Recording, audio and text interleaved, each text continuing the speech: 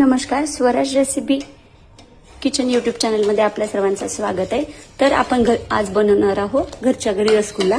त्यासाठी मी 1 लिटर दूध गरम करण्यासाठी ठेवलेलं आहे आणि त्यामध्ये मी थोडासा व्हिनेगर नसल्यामुळे थोडासा लेमन कट करून ठेवलाय, जेणेकरून आपलं हे दूध थोडंसं फाटेल आणि आपल्याला ह्याचे रसगुल्ले बनवता येईल। अशा पद्धतीने आटवलेलं म्हणजे नासवलेलं दूध मी असं एका कपड्यामध्ये गाळून घेतलं आणि त्यातला पूर्ण पाण्याचा अंश काढून टाकलेला आहे।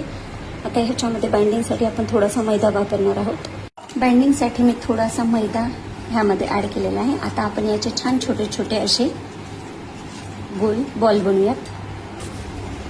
अशा पद्धतीने मी याचे छानसे बॉल बनवून घेतलेले आहेत। आता आपण ह्यानंतर थोडीशी चाचणी करूया।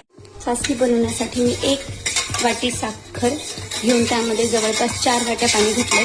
आता ही साखर यामध्ये विरघळवून घेऊयात। पद्धतीने आपली साखर पाण्यामध्ये छान उकळल्या गेलेली आहे। आता आपण आरामात ह्यामध्ये असे बॉल टाकूयात आणि बॉल टाकून 10 ते 15 मिनिटं याला अजून गरम होऊ देऊयात। आता एकदम हाय फ्लेमवर आपण याला 10 ते 15 मिनिटं असं झाकून छानसं वाफवून घेणार आहोत। मग आपले मस्त असे घरच्या घरी रसगुल्ले तयार होणार आहेत। आपण पाहू शकता 10 ते 15 मिनिटं झाकून ठेवल्यामुळे आपले छोटेसे बॉल किती मस्त असे झालेले आहेत आणि अशा पद्धतीने आपले घरगुती रसगुल्ले तयार झालेले आहेत।